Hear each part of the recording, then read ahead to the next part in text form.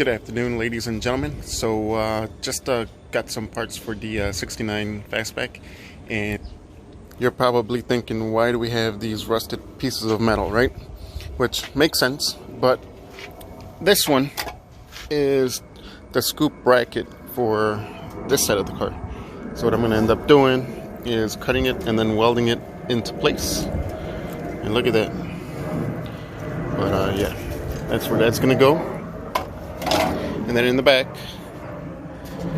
so this bracket, or not bracket, but it joins the taillight panel to the quarter panel to add some strength to it, and that is this part right here. So got both sides, actually they look pretty good on this car, except for this lip, but that's not a real big issue. And then on the inside we have this bumper bracket, which is what we need for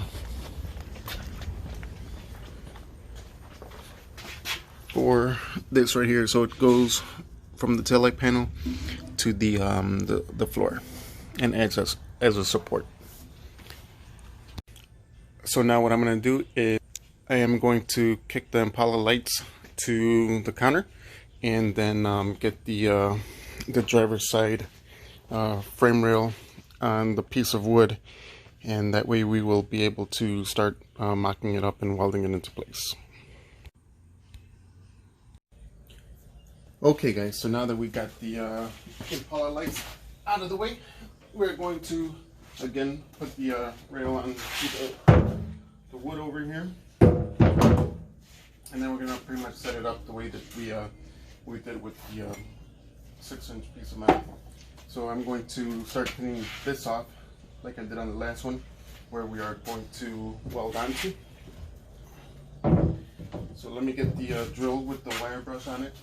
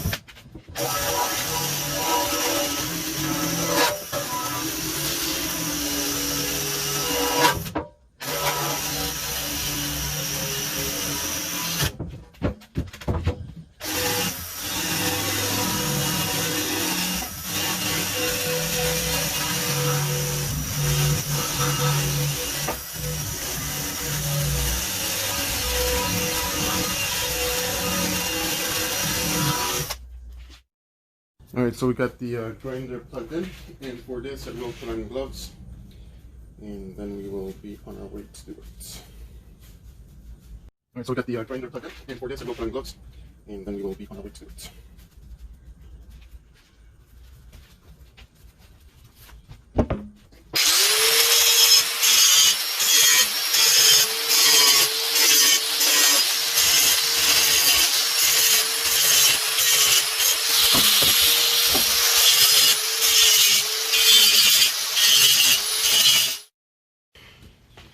Okay guys, so got a little bit more smarter or thought it out a little bit better, and used a chisel to get the inner part where I wasn't able to reach on the last one. So now I got them all cleared up, and now, as you can see, there was a bunch of it. Now I'm going to put the rail back on the top of the wood, and then start measuring the 59 inches like we did on the last one. Okay, here we go. I'm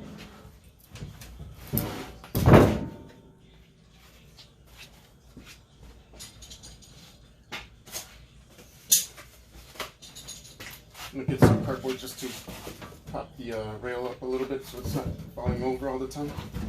And hopefully it does it. Alright, maybe it's going to work.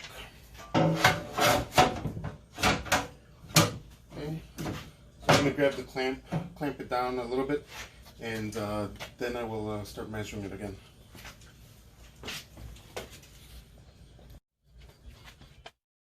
Okay guys, so we clamped it together, and now we are going to tack on the bottom.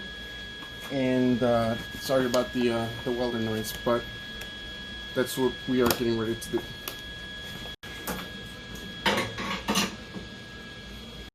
So like I told you guys before, right, you want to make sure that you measure again, and then we already measured it 2 times, so I'm just going to tack it and then flip it on over, and it's on the underside, and that way we can start welding the sides.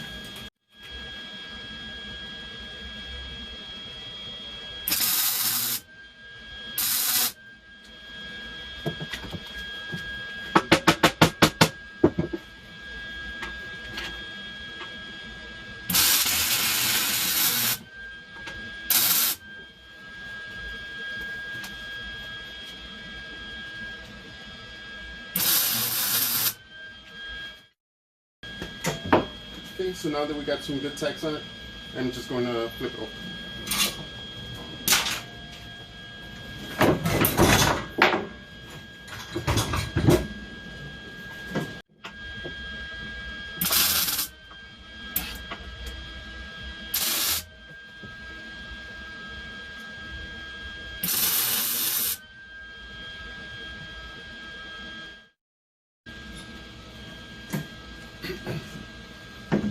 And I'm just going to reposition the clamp.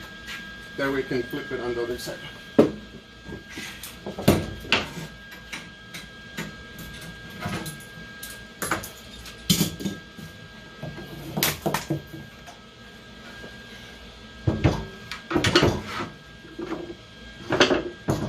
Then after that, I'm going to clean up some of this mess.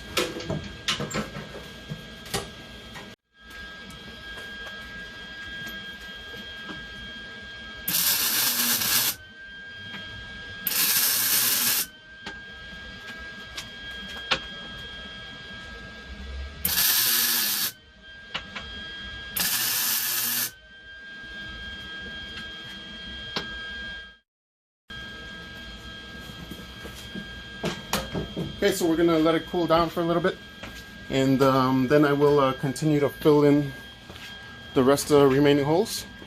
But this is what we got so far. So we'll just let it cool down, and then we will continue. Okay guys, so what I'm going to do is, now that it's a little bit cooled down, I'm going to sand this down a little bit, and then run a bead on it, and then do the same thing on this side. So we're just going to run a little bead, and what I plan on doing is showing you guys what it looks like with the helmet on, so that way you guys can kind of see what I'm looking at, because sometimes it is a little bit trickier if you do not have the proper lighting to see where you're at. This helmet is a auto darkening helmet, so that kind of helps out a lot too. Okay guys, so I did sand it down a little bit, and now this is what we look at with the helmet. Okay, so I am going to grab the gun and hold the camera, and then try to shoot a bead and see how we can make this work for you guys. Okay guys, so I'm gonna try to do this with multiple hands, but I only have one or two I should say, but bear with me if the weld does not come out good. Sorry, but it's kind of tricky. So here we go. Alright, so I'm gonna try to reduce as much glare because I know you guys are probably getting a lot of glare. So let's see if we can go on the tail end here.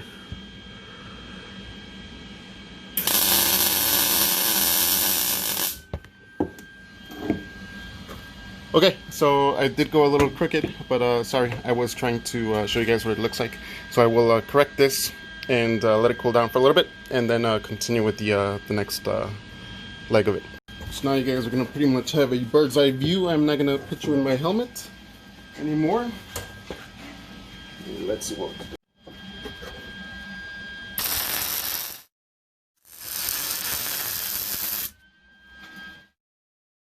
Alright, so we're going to let it cool down.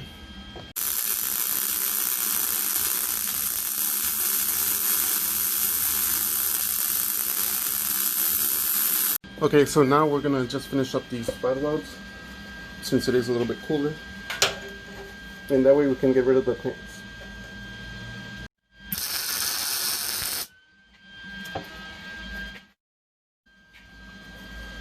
Okay, so we should be good. I'm gonna remove the clamps.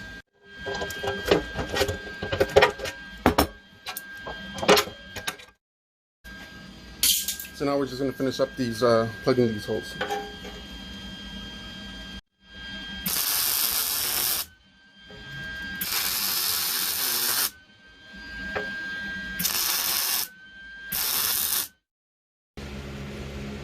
Okay guys, so I was going to flip over the frame rail, but it is still extremely hot.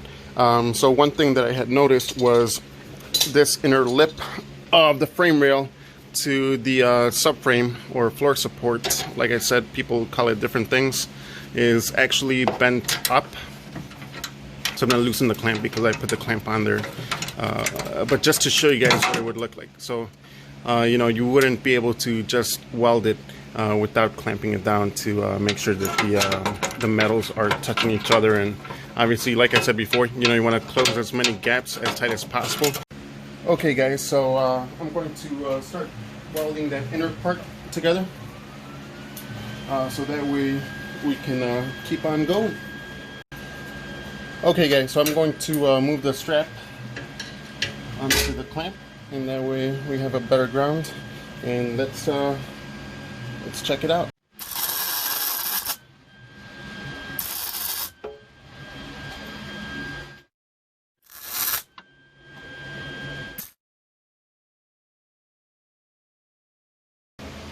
Okay guys, so hit a little speed bump today, or just now.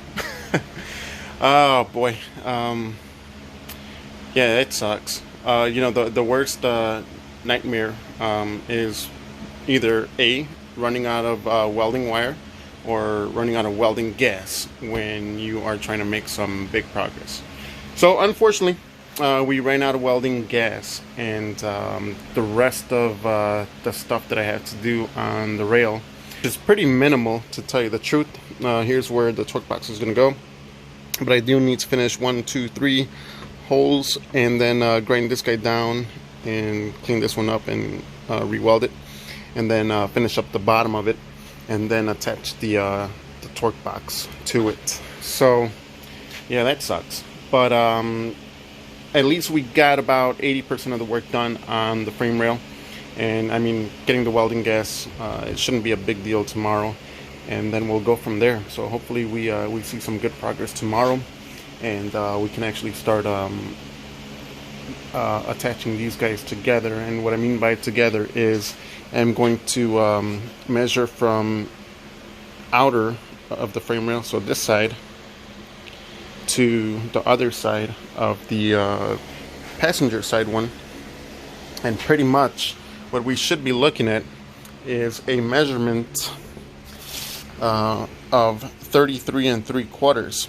So what I'm going to do is I'm going to space them out and then cut a piece of metal, and that way we can make sure that these stay at 33 3/4, and then weld the metal to the inside right about here.